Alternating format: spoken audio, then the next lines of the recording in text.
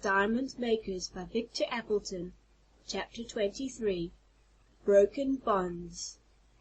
"Well," remarked Tom Swift in mournful tones, "this looks as if we were up against it, doesn't it?" "Bless my umbrella, it certainly does," agreed Mr. Damon.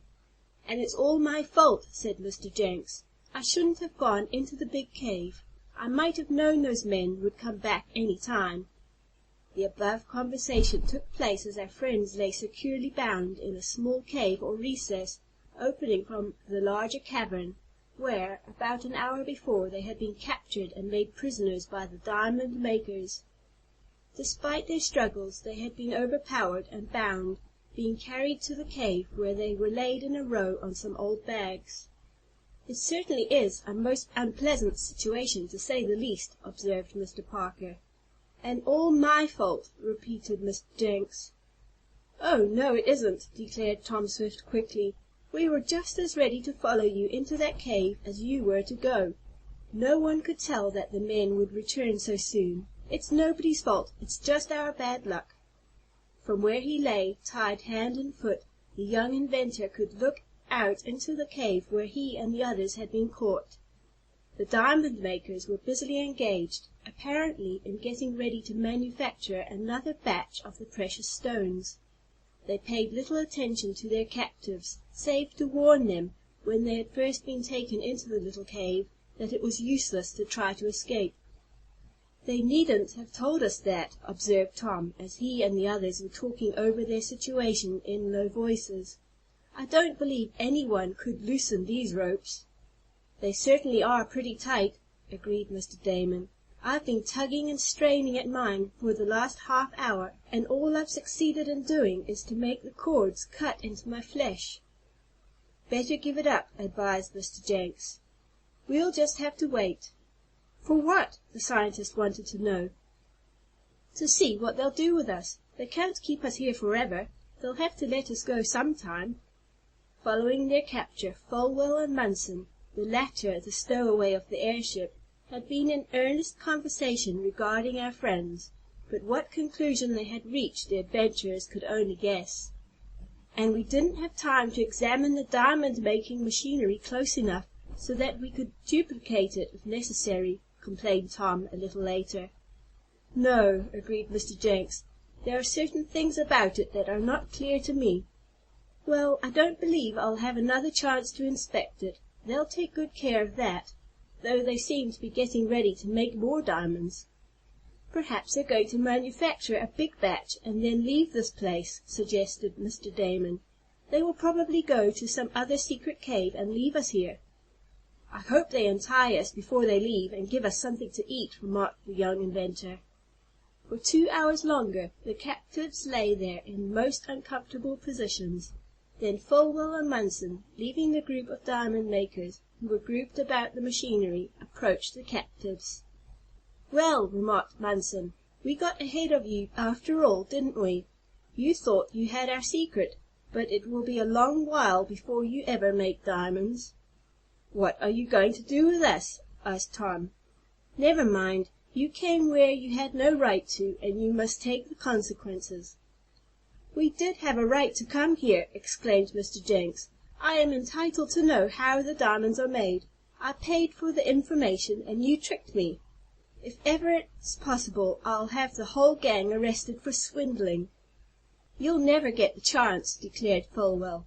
"You were given some diamonds for the money you invested, and that makes us square." "No, it doesn't," declared Mr. Jenks. "I invested the money to learn how to make diamonds, and you know it. You tricked me, and I had a right to try to discover your secret. I nearly have it, too, and I'll get it completely before I'm done with you." "No, you won't," boasted Folwell. "But we didn't come here to tell you that. We came to give you something to eat. We're not savages, and we'll treat you as well as we can in spite of the fact that you are trespassers.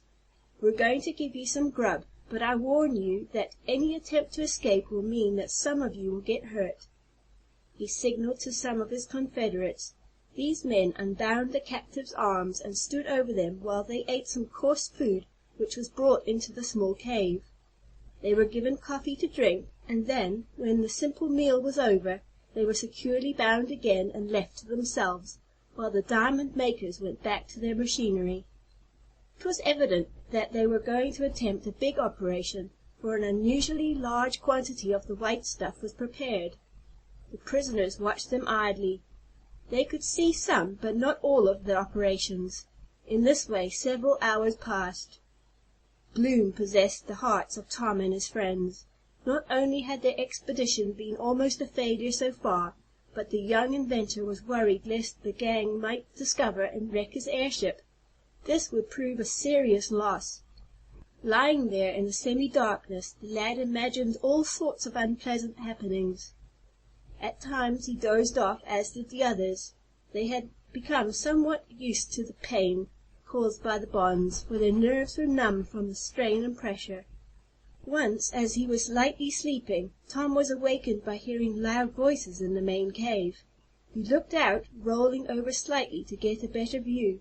He saw the man who once before had run in to give news of an approaching electrical storm. "Are you fellows all ready?" asked the same man again. "Yes. Is there another storm coming?" "Yes, and it's going to be a corker," was the reply. "It's one of the worst I've ever seen. It's sweeping right up the valley. It'll be here in an hour." "That's good. We need a big flash to make all the material we have prepared into diamonds. It's the biggest batch we ever tried. I hope it succeeds, for we're going to leave." The rest was in so low a tone that Tom could not catch it. The storm messenger departed. Folwell and Munson busied themselves about the machinery. Tom dozed off again, dimly wondering what had become of Bill Renshaw, and whether the former ghost knew of their plight. The others were asleep, as the young inventor saw by the dim light of a lantern in the cave. Then he, too, shut his eyes. Tom was suddenly awakened by feeling someone's hands moving about his clothing. At first he thought it was one of the diamond-making gang, who had sneaked in to rob him. "Here, what are you up to?" exclaimed Tom. "Quiet!" cautioned a voice. "Are you all here?" "All of us, yes. But who are you?" "Easy. Keep quiet. Tom Swift. I'm Bill Renshaw. I've been searching all over for you since I got back to your cave and found it empty. Now I'm going to free you. I got in here by a secret entrance. Wait, I'll cut your ropes." There was a slight sound, and an instant later Tom was freed from his bonds. End of chapter 23. Recording by Claire.